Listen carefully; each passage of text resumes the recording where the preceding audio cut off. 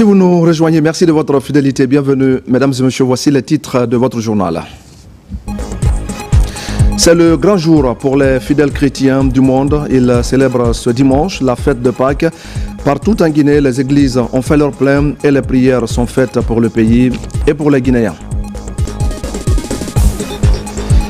Et notre grand format de ce soir s'intéresse aux voiries urbaines. Des efforts s'intensifient pour désenclaver les différents quartiers de Conakry et de Grand Conakry, de la transversale 6 à la T10. Les citoyens sont contents et remercient le chef de l'État. Une fabrique de craie existe désormais dans la région de l'Abbé. C'est le fruit du génie créateur d'un de nos compatriotes. Et déjà, plusieurs établissements scolaires se ravitaillent à partir de cette entreprise. Des explications à suivre dans un instant. Voilà pour le sommaire. Bonsoir à tous. Les fidèles chrétiens de Guinée ont donc célébré ce dimanche Pâques. Cette fête qui marque aussi la fin de 40 jours de jeûne est célébrée sous le signe de l'espérance. Une célébration marquée dans les églises par des messes pleines de chants liturgiques pour magnifier la victoire du Christ sur la mort. Abraham Christophe Conté. À Conakry, les fidèles chrétiens catholiques se sont réunis en grand nombre dans les églises dès les premières heures du matin. À la paroisse Saint-Benoît d'Antanor, dans une ambiance à la fois joyeuse et spirituelle, la messe pascale est célébrée par l'évêque coadjuteur François Silla. Pâques, c'est la victoire de la vie sur la mort de Jésus, un moment de renouveau pour tous les fidèles chrétiens. Après 40 jours d'entraînement, de préparation, nous célébrons la joie de la résurrection de notre Seigneur Jésus-Christ. C'est l'événement fondateur de la foi catholique. Saint Paul dit, si le Christ n'est pas ressuscité, vaine est notre foi. Nous nous réjouissons parce que la résurrection du Christ est prélude de notre propre résurrection. En Guinée, au-delà de la religion, c'est aussi une occasion de renforcer les liens et de cultiver le vivre ensemble. À l'église bienheureuse Anne-Marie Zavoué de Nongo, l'ambiance est festive dans la spiritualité. Cette fête nous plonge dans la foi en la résurrection. Le Christ est ressuscité d'entre les morts, la mort est vaincue et nous sommes rassurés. À la paroisse Saint-Charles-Luanga de Sonfonia, les fidèles prennent part à la célébration de la messe. La joie de la résurrection du Christ est vive, une solennité au cours de laquelle certains fidèles reçoivent des sacrements comme le baptême, la confirmation et l'Eucharistie. La victoire de la vie sur la mort. Jésus, après avoir accepté de subir sa passion conformément à ce qui a été dit de lui, n'est pas resté dans la mort, n'est pas resté dans les méandres de la mort, mais il est ressuscité. Et c'est cette joie que nous célébrons à travers la fête de Pâques. Aujourd'hui, 20 avril 2025, nous fêtons la résurrection du Christ. Et à cette occasion, moi personnellement, j'ai reçu le sacrement de baptême. Ce sacrement par lequel nous participons à la mort et à la résurrection du Christ. À la cathédrale Toussaint de Conakry à Kaloum, tout comme dans les églises catholiques, l'ambiance est de taille pour accueillir le Christ ressuscité des morts. Dieu a tant aimé le monde qu'il a donné son Fils unique pour que tout homme qui croit en lui ne périsse pas, mais ait la vie éternelle. À l'intérieur du pays, plus précisément à Zérékoré, à la cathédrale paroisse Cœur Immaculé de Marie et la paroisse de Guékédou ont refoulé du monde pour célébrer la fête de Pâques. Les ministres de l'Agriculture et de l'Élevage et le ministre du Travail et de la Fonction publique se sont acquittés de leurs obligations religieuses qui marquent la résurrection de Jésus-Christ. Cette joie de la résurrection, nous l'avons célébrée ici à la cathédrale de Zérékoré avec le Père évêque et toute la communauté chrétienne de Zérékoré. Et dans son homélie, il n'a pas manqué de sensibiliser les fidèles chrétiens sur la nécessité de se faire recenser, sur la nécessité de faire en sorte que leur voix compte. Nous sommes là pour partager ce moment avec eux. La fête de la résurrection est une fête très importante. Elle traduit un symbole. Parce que la résurrection en elle, c'est un signe de joie. c'est un signe de paix, c'est un signe d'amour.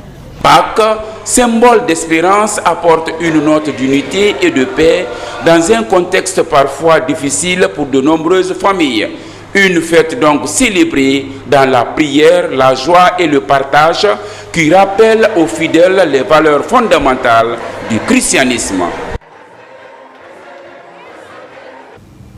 La fête de Pâques est aussi une occasion pour les fidèles chrétiens de passer des messages de paix et de réconciliation.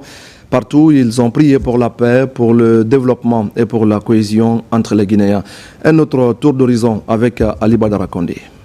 Dans les églises évangéliques, les fidèles chrétiens ont célébré la résurrection du Christ dans la joie et surtout dans l'espérance.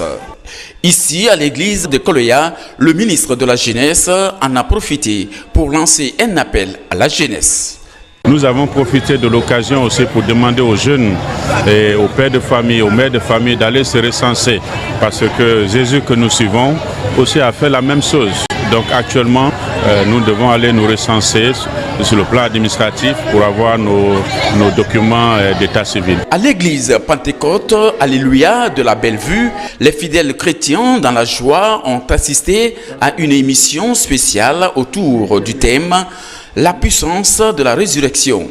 Un thème qui déclinait en plusieurs sous-thèmes qui évoquent les épreuves de la vie ou encore le leadership selon Jésus. Aujourd'hui, nous célébrons une fête de paix, une fête de joie, parce que la Bible qualifie Jésus comme le prince de paix. Et donc, notre sollicitation pour la Guinée, c'est la paix. À l'EPE de la cimenterie et à la réconciliation de Baïlobaya, la célébration était à la hauteur de l'expérience après la résurrection de Christ. Avec la nouvelle alliance, l'entrée au monde de Jésus-Christ, celui qui devait inaugurer la nouvelle alliance, nous ne fêtons plus la Pâque des Juifs. Nous fêtons la Pâque qui signifie résurrection, qui signifie victoire de Jésus-Christ sous la mort. Jésus, il a été cloué. 3 jours après, il est sorti vainqueur du tombeau. Nous avons l'assurance que si nous marchons la main dans la main, les uns avec les autres, parce que c'est un acte d'amour ultime, qu'un homme donne sa vie, se donne à la mort pour que des injustes soient sauvés, il n'y a que Christ qui pouvait le faire. À l'EPE de Gomboya, de Sanoya au kilomètre 36 et à Koya, les fidèles chrétiens étaient massivement mobilisés pour la célébration de Pâques. Des messages de paix, de pardon, d'amour ont été véhiculés. Jésus, dans son message, il a toujours parlé de l'unité. Il disait, Père, je te prie afin qu'ils soient un, afin que nous aussi nous soyons un. Comme nous sommes un, que eux aussi qu'ils soient un. Alors l'unité est fondamentale. À sa juste valeur, vraiment le grand sacrifice que Christ a fait pour nous. Et vraiment regarder le sang de Jésus versé sur la croix à cause de nos péchés et pour nous réconcilier afin que les chrétiens soient rapprochés dans la paix, dans l'union et en marchant ensemble. Partout dans les églises évangéliques, des prières ont aussi été formulées pour le maintien de la paix et de la cohésion sociale en Guinée. Merci à Ali Badara Kondé. Dans le reste de l'actualité, le ministre du Plan et de la Coopération internationale est en séjour de travail à Varsovie, en Pologne, à la tête d'une forte délégation sectorielle. Ismaël Nabé a obtenu plusieurs rencontres au sein du gouvernement de ce pays ami de la Guinée. Une convention de partenariat est signée et le montant couvre plusieurs secteurs d'activité dans notre pays. Mohamed Souma et Daouda Tabansila. La Pologne renouvelle son partenariat avec la Guinée. L'acte se matérialise par cette présence à Varsovie du ministre du Plan et de la Coopération internationale suite à l'invitation du gouvernement polonais. Le séjour de travail est sanctionné par plusieurs rencontres, surtout par la signature de cette convention de partenariat qui se chiffre à près de 600 millions de dollars américains couvrant plusieurs projets.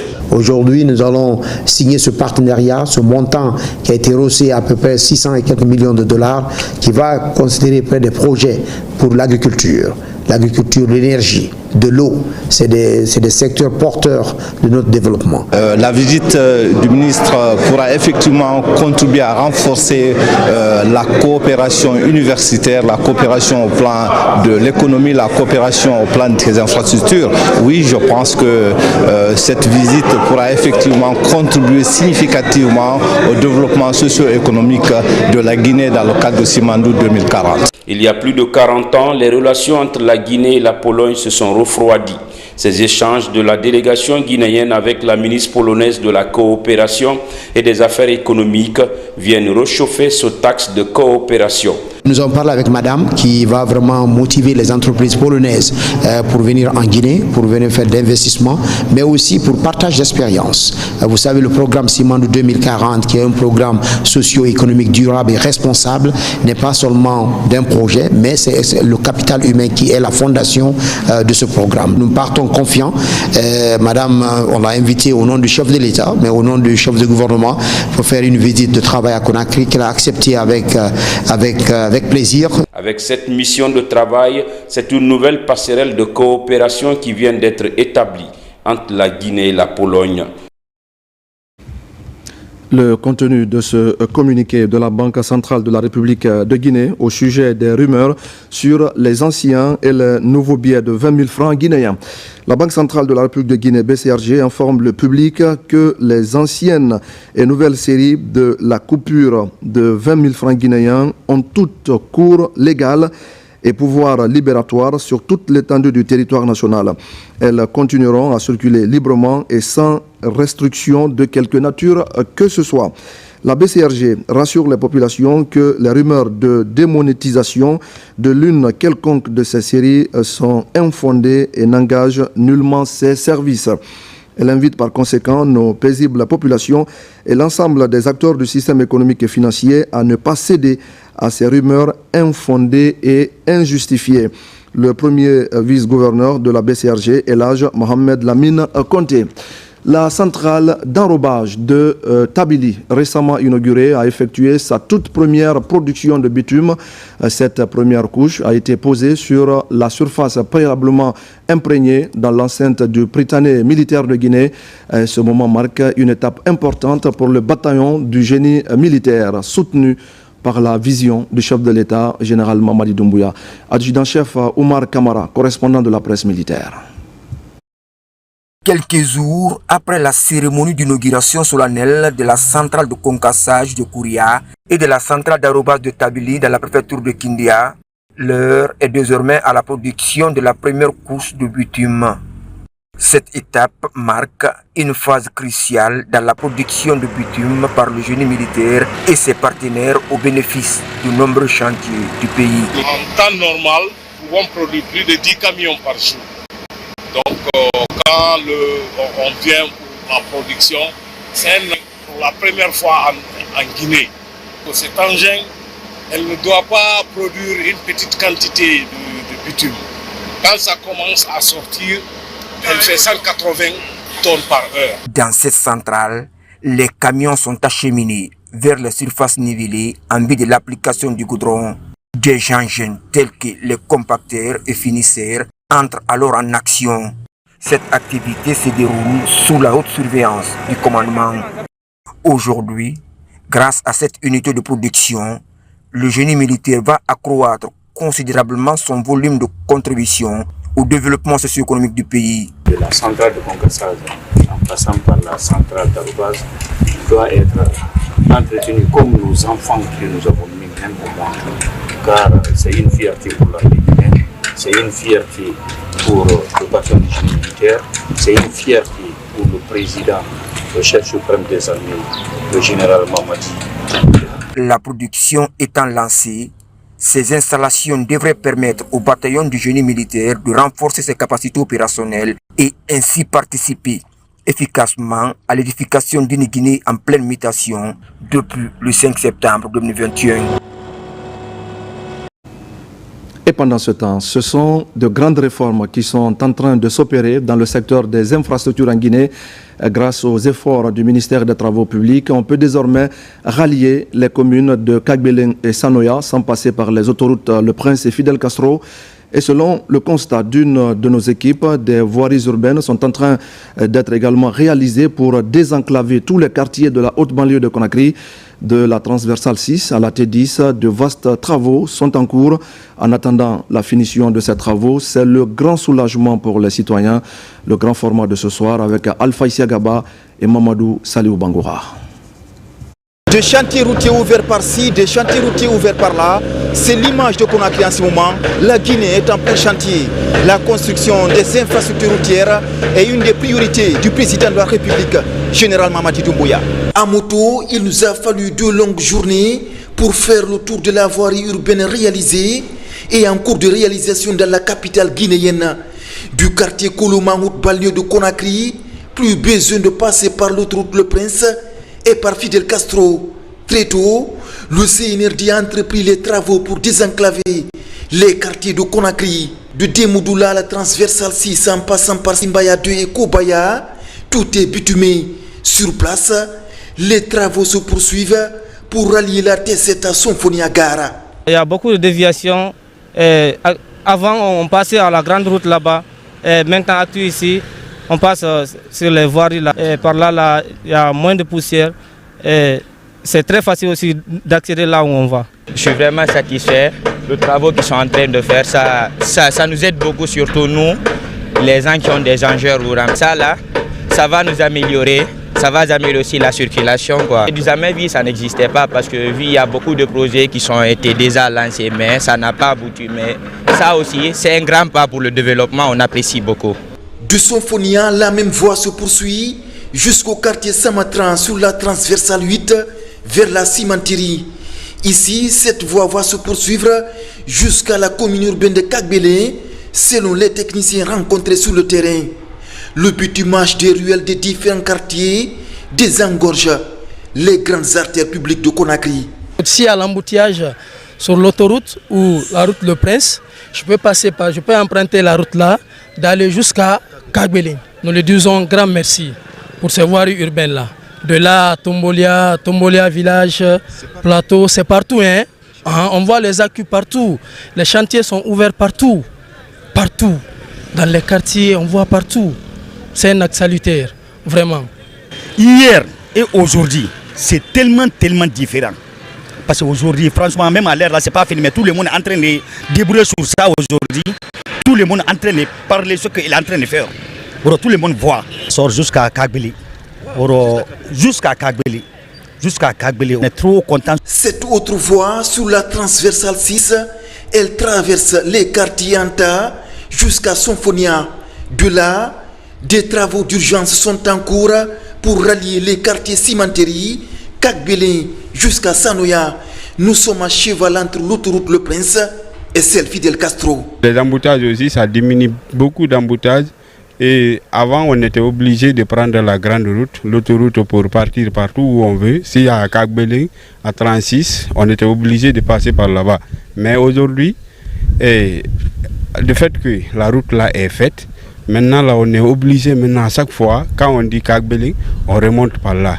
Quand on dit 36, on est obligé toujours de remonter par là pour éviter éviter les embouteillages parfois. Donc la route là, si ça finit comme ça là, ça serait très important pour la population guinéenne. On voit maintenant les choses avancent. Partout où tu vas maintenant, tu peux circuler dans tout Conakry sans problème.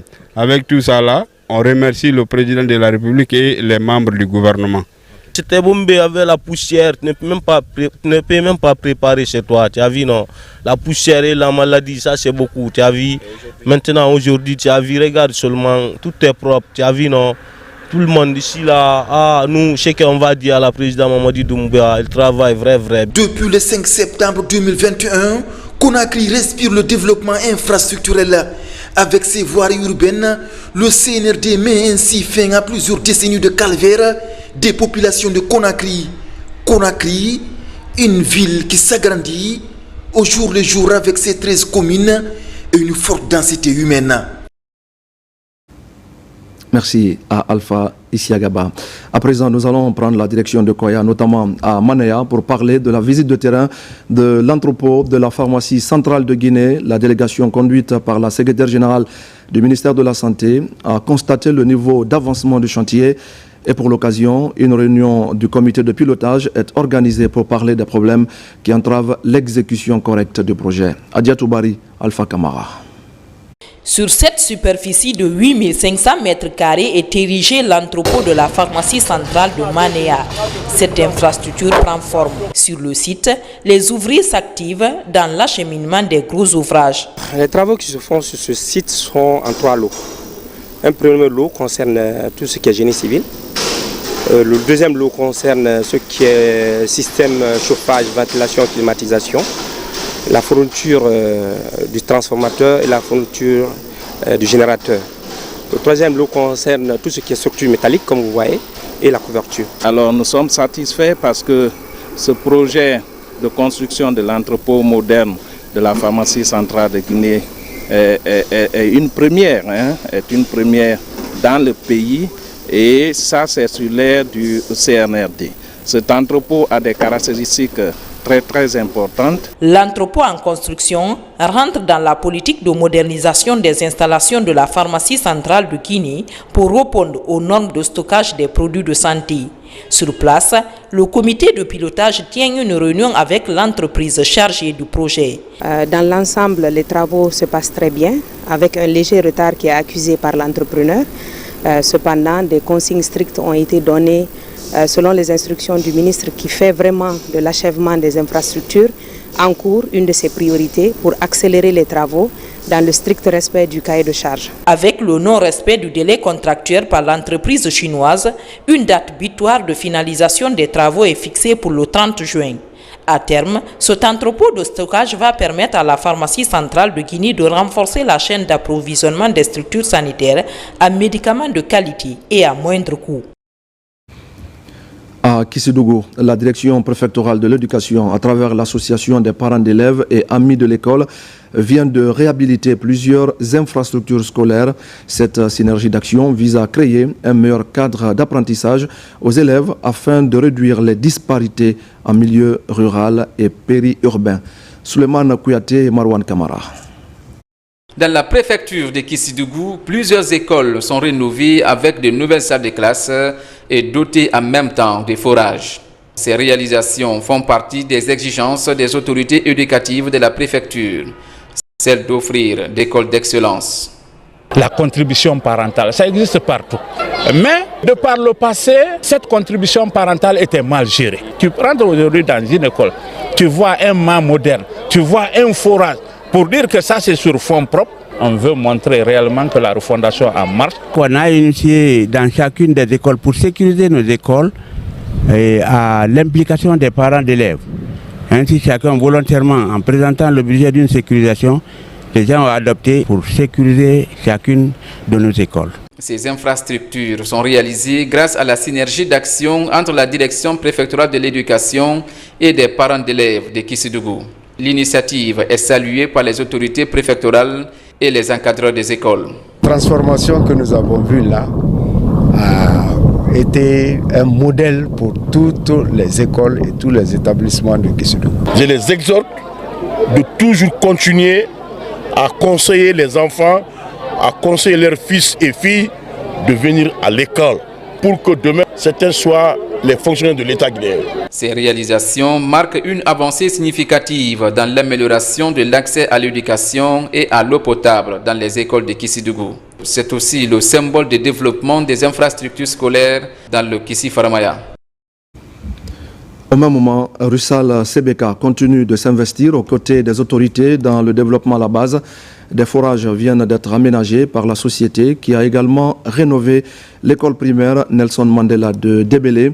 Des investissements sociaux que saluent les populations et qui participent en même temps au renforcement des liens de bon voisinage entre la société et les communautés, comme nous pouvons le constater dans ce reportage de Tcherno Ousmane Diallo.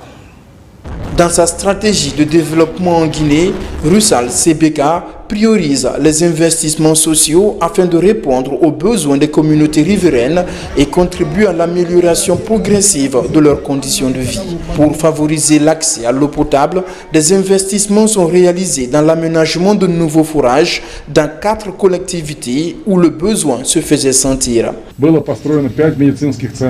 Au total, plus de 290 millions de francs guinéens ont été dépensés pour la construction de 4 puits de forage d'eau dans les communes rurales de Mambia, Frigiagbe, Semaya et Damakania. Depuis plus de 20 ans, Rusal CBK investit chaque année, selon ses possibilités, dans la construction de puits de forage d'eau pour fournir aux populations une eau potable de qualité. Merci. L'eau, c'est la vie. CBK est reconnu pour avoir toujours été un bon partenaire pour aider les populations de Kinya. Et partout où CBK est en train de travailler, nous voyons que tout se passe bien et les populations sont heureuses. Autre domaine d'investissement prioritaire pour Rusal CBK dans l'appui aux communautés, l'éducation. L'école primaire Nelson Mandela de Débélé, rénovée, offre à présent un meilleur cadre d'études pour ses 250 élèves après une intervention de Rusal CBK. Aujourd'hui, nous assistons à cette cérémonie de remise des clés suite à la rénovation complète de l'école primaire Nelson Mandela de la cité de Bélé, qui en avait sérieusement besoin. L'ensemble de ces actions en faveur des communautés contribue à maintenir un climat de bon voisinage entre elles et la société.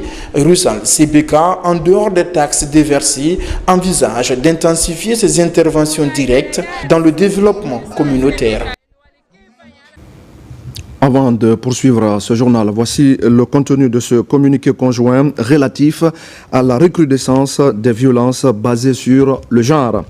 Le garde des Sceaux, ministre de la Justice et des Droits de l'Homme et la ministre de la Promotion féminine, de l'enfance et des personnes vulnérables expriment leur vive indignation face à la recrudescence des actes de violence basés sur le genre enregistrés à travers le pays.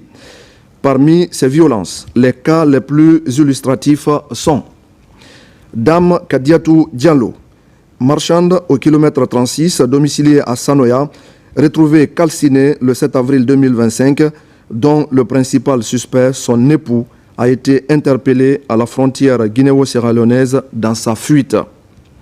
Dame Oumou Maïga, décédée à Conakry suite à des violences, selon les résultats de l'autopsie dont le suspect serait son conjoint.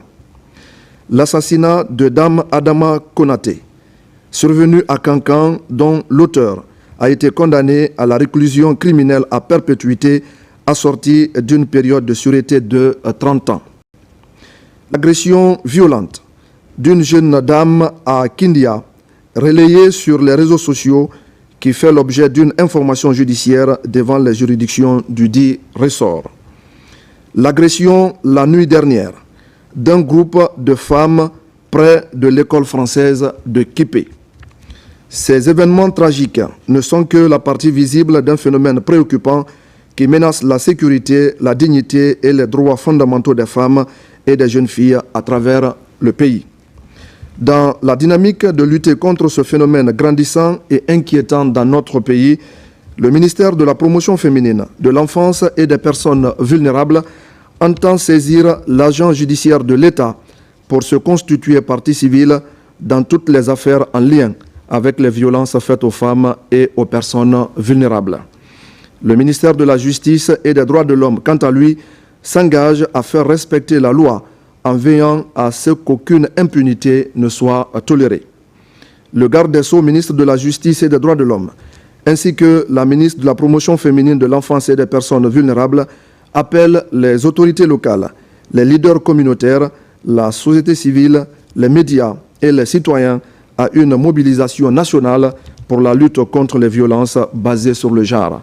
Faite à Conakry le 20 avril 2025, le garde des Sceaux, ministre de la Justice et des Droits de l'Homme, Yaya Kairaba Kaba, la ministre de la Promotion féminine, de l'enfance et des personnes vulnérables, Charlotte Daffé.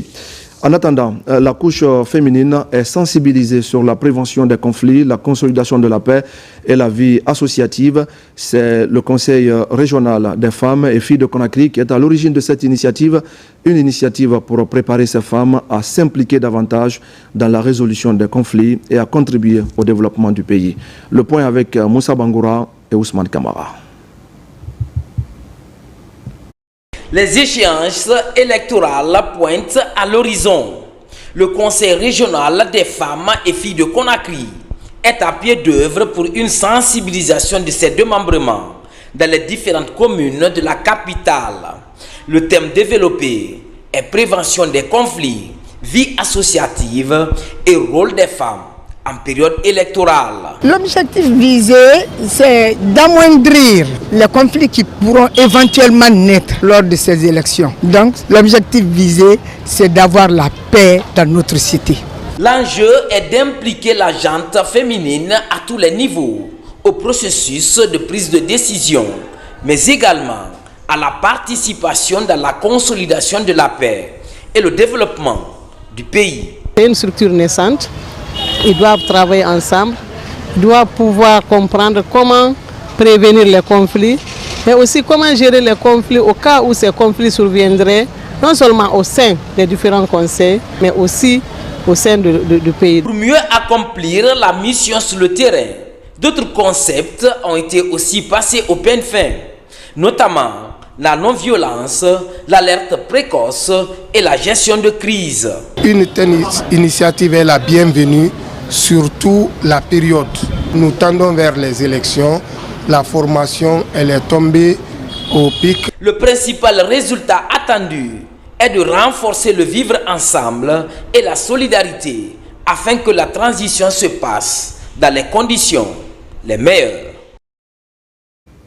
Dans l'actualité encore, le ministère de la Jeunesse et des Sports, à travers la Direction nationale de l'emploi et de l'auto-emploi des jeunes, vient de lancer le projet Fier à Conakry. Le programme va impacter 600 jeunes scolarisés ou non scolarisés sur le corridor Conakry, Kindia et Mamou. Il s'agit de permettre aux bénéficiaires de se professionnaliser et d'accéder surtout à des emplois décents. Moussa Komara.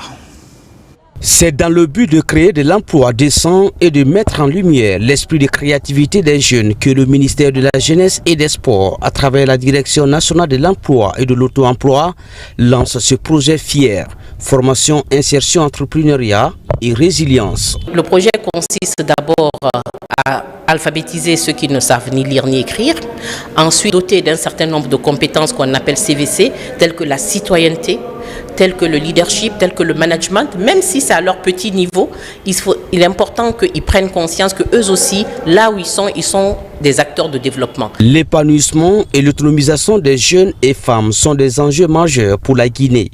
Ce programme ambitieux soutenu par l'agence belge de développement Enabel se veut une réponse rapide et concrète. Durant la formation, des modules en lien avec les besoins du marché de l'emploi seront enseignés pour faciliter l'employabilité des bénéficiaires. Parmi les actions que nous ciblons et que nous voulons mettre en œuvre, la première est la formation professionnelle modulaire basée sur l'alternance dans des secteurs porteurs, validés par une étude sur les opportunités entrepreneuriales, les métiers porteurs et le marché de l'emploi que nous avons mené ensemble sur le corridor, y compris à Mamou. Ce premier cycle de parcours de formation concerne 600 jeunes scolarisés ou non scolarisés sur le corridor Conakry, Kindia et Mamou.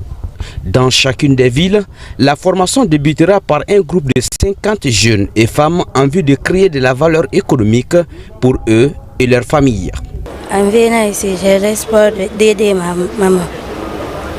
Parce que mon papa est décédé, donc j'ai l'espoir de réussir. Ce projet Fier, formation, insertion, entrepreneuriat et résilience est né après le succès retentissant de la création des centres d'information et d'orientation des jeunes en Guinée-Siose. Le parcours de la formation se fera en 9 mois. Et on va parler maintenant de la lutte contre la piraterie des œuvres artistiques et littéraires en Guinée. Au Bureau guinéen des droits d'auteur, les mécanismes se renforcent davantage pour freiner le phénomène. Un renforcement de capacité sur la piraterie a regroupé plusieurs agents issus des OPJ et des brigades spécialisées. La rencontre est suivie de séances de sensibilisation des auteurs sur la promotion et la protection de leurs droits.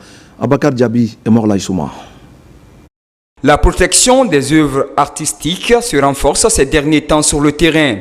À Conakry, ce combat interpelle des officiers de la police judiciaire et autres brigades spécialisées autour d'un renforcement de capacité de 2 jours. Cette initiative vise à mettre en place des mécanismes innovants susceptibles de freiner le piratage des œuvres artistiques et littéraires en Guinée. Ces questions sont d'importance capitale parce que pour nous, la protection des œuvres artistiques et littéraires est nécessaire parce que si une œuvre n'est pas protégée, ça tue la créativité. Si une œuvre n'est pas protégée, ça empêche celui qui a été l'auteur de cette création de jouir des fruits de l'exploitation de sa création. Nous sommes là pour défendre ces œuvres. Si nous recevons des formateurs pour nous initier dans ce sens, on ne peut que les remercier. Parallèlement, cette campagne de sensibilisation sur les impacts et les menaces de la piraterie des œuvres artistiques devrait permettre à ces acteurs clés du secteur de mutualiser leurs efforts pour lutter contre cette pratique. Par la piraterie, les auteurs et BGDA sont confrontés à un fléau qui profite aux simples commerçants qui n'ont pas participé à ce travail acharné. On a initié de les réunir pour un but d'information, d'échange autour des différents droits collectés, comment cette répartition elle est faite, quelles seront leurs aides sur le terrain pour nous faciliter la collecte de ces différentes redevances en matière d'utilisation de leurs œuvres. La stratégie portée sur la promotion des droits d'auteur vise à informer tous les usagers et les utilisateurs de ces œuvres. La démarche consiste également à faire rayonner la culture guinéenne tout en permettant aux auteurs de vivre de leurs œuvres artistiques et littéraires. Dans l'actualité encore, Hadja Diaba Doumbouya et son équipe du Mosakod poursuivent leur dynamique de sensibilisation et de mobilisation en faveur du CNRD. La délégation a marqué sa présence au milieu des populations de Kaloum rassemblées au stade de la mission. La démarche est pour témoigner de leur soutien indéfectible au chef de l'État, le général Mamadi Doumbouya, à travers une forte mobilisation citoyenne. C'est un compte rendu signé Kerfa La Presse Camara. C'est une forte mobilisation ici à Kaloum. Des jeunes engagés autour d'un idéal commun, celui d'exprimer leur soutien indéfectible aux idéaux de changement et de développement du pays enclenchés par le CNRD, à sa tête le général d'armée Mamadi Doumbouya. L'initiative est de la structure Guinée Unie autour de son histoire pour le progrès, en collaboration avec le mouvement Saran Chérif pour la continuité du général d'armée Mamadi Doumbouya. Je suis très contente de la mobilisation des populations de Kaloum. Nous leur disons merci et tous ceux qui aiment le général d'armée Mamadi Doumbouya d'aller se recenser pour le bonheur du pays. Le mouvement Guinée Unie autour de son histoire pour le progrès, Gouachib, est un mouvement qui se veut fédérateur et présente, dont l'objectif principal est de mettre ensemble toutes les filles et fils de Guinée autour d'un héritage commun, la Guinée. Célébré sous le slogan « Le président dans la continuité », cette manifestation de soutien vise à rassembler les Guinéens afin qu'ils resserrent les rangs derrière l'homme du 5 septembre 2021. L'occasion est mise à profit pour inviter les uns et les autres à se faire recenser pour les échéances électorales de 2025. L'objectif des Guinéens conscients, c'est l'émergence, c'est de soutenir les actions du général. Sur le champ, toute la République de Guinée est mobilisée derrière cet acte pour une bonne continuité du général Mamadi Doumbouya. Cette mobilisation est une démonstration de force pour ces deux mouvements de soutien au président de la République. Histoire pour ceux de réaffirmer leur détermination et leur engagement à œuvrer pour la préservation des acquis du CNRD et surtout pour la continuité du général président Mamadi Doumbouya. L'Angoundé est également une structure de ressortissants guinéens vivant en France qui œuvre au renforcement de la paix et du vivre ensemble entre les compatriotes dans ce pays. La structure vient de prendre un acte important en désignant le président de la République, général Mamadi Doumbouya, comme son candidat à la prochaine élection présidentielle.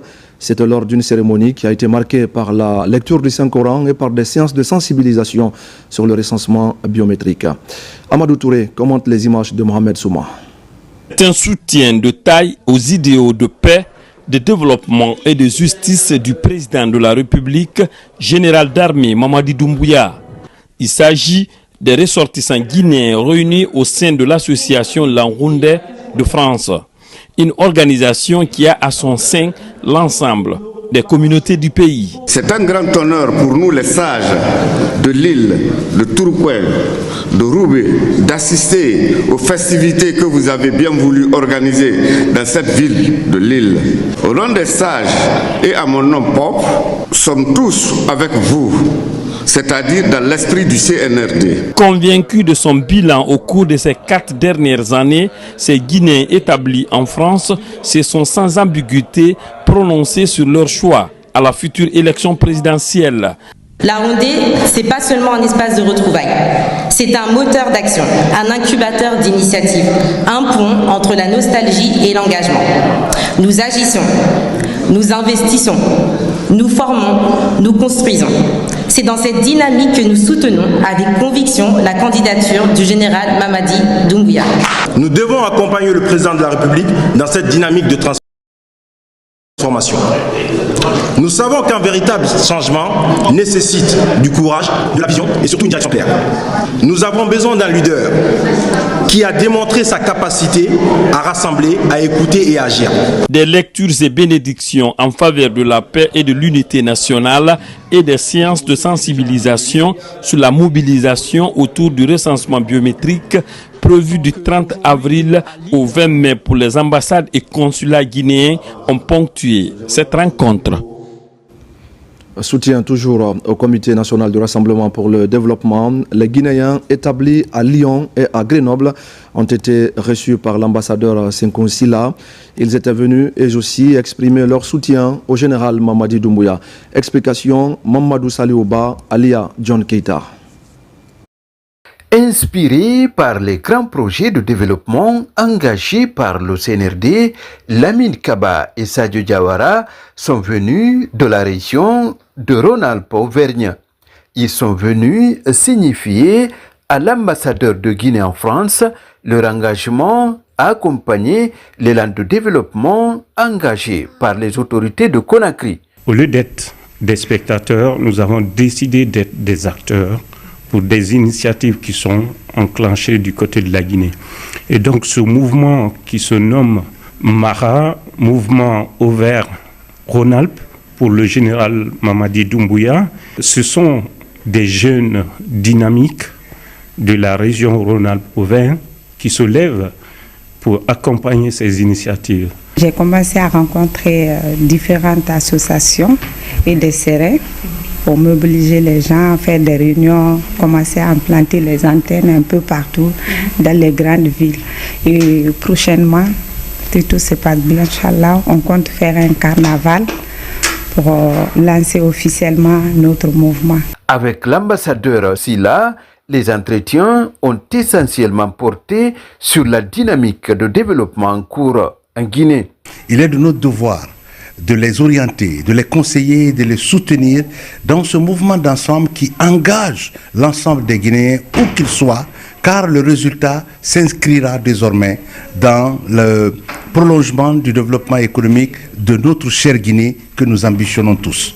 Réunis au sein du mouvement Auvergne-Rhône-Alpes, ces Guinéens du sud-est de la France entendent mobiliser le maximum des compatriotes derrière le CNRD. Retour en Guinée et nous allons prendre la direction de l'Abbé à la découverte de la nouvelle fabrique de craie de la région, je le disais au sommaire. Et c'est donc le fruit du génie créateur de Agibou Bari. Des commandes sont faites par plusieurs concessions scolaires du pays. C'est une unité semi-industrielle qui force l'admiration et qui va certainement susciter des vocations dans le domaine de la créativité en Guinée. Falilou Diallo. Au centre de formation et de recherche de Safatou, la jeune équipe de la fabrique des pompes à eau de l'abbé fait encore preuve de créativité après la cuisinière à l'huile de vidange et le déshydrateur pour la conservation et la transformation de la mangue. C'est une unité semi-moderne de confection et de fabrique de craie à base de sulfate de calcium qui vient d'être innové. À base de sulfate de calcium déhydraté qu'on transforme et qu'on mélange pour mettre dans des machines.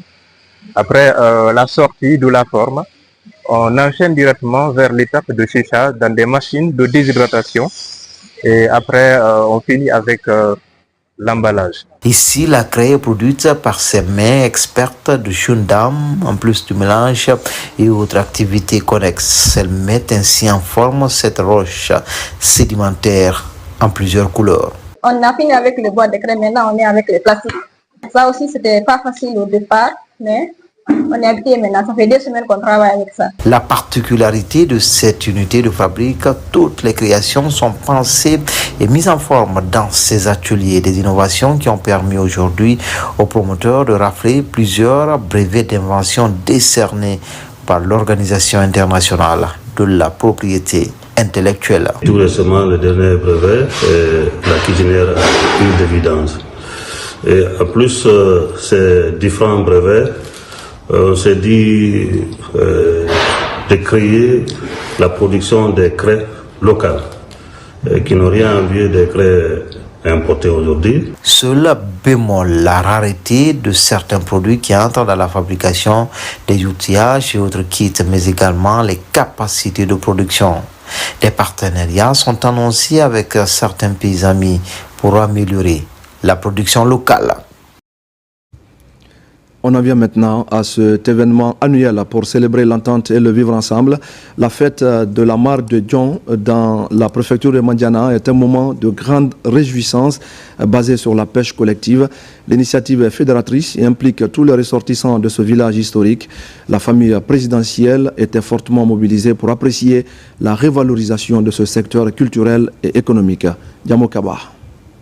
Célèbre pour sa pêche annuelle rituelle, Dalakan démontre cette année encore à la face du monde son identité culturelle pour célébrer la marée historique de Dion. À travers chants et danses, ce levier d'action pour fédérer des communautés traduit les liens d'amitié et de fraternité pour attisser davantage les flammes du vivre ensemble. La cérémonie de barbotage, au-delà de son caractère festif, est un moment fort de notre culture. Elle symbolise l'unité, la solidarité, la fraternité entre les filles et fils de notre communauté. L'ensemble des populations du 20e district de Morodou et tant d'autres citoyens venus d'ailleurs pour satisfaire leur curiosité et prouver à la face du monde leur soutien aux idéaux du président de la République, le général Mamadi Doumbouya. Pour sa réussite dans sa mission régalienne de l'État. Le général Malik Diakité, chef d'état-major adjoint des armées, est l'un des grands soutiens de cette pêche collective. Sur place, des membres de la famille présidentielle pour apprécier la cueillette piscicole inscrite au cœur des priorités du président de la République. Cette année, nous avons décidé d'exprimer notre soutien au président de la République à l'occasion de la fête de notre mare.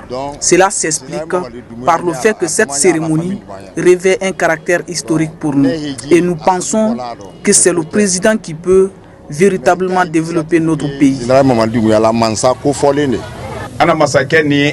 Au nom de la famille présidentielle, nous remercions les habitants de Dalakan pour cette marque d'engagement en faveur du président. Le président est l'un des nôtres. C'est pourquoi nous devons rester mobilisés pour l'aider à poursuivre ses actions de développement.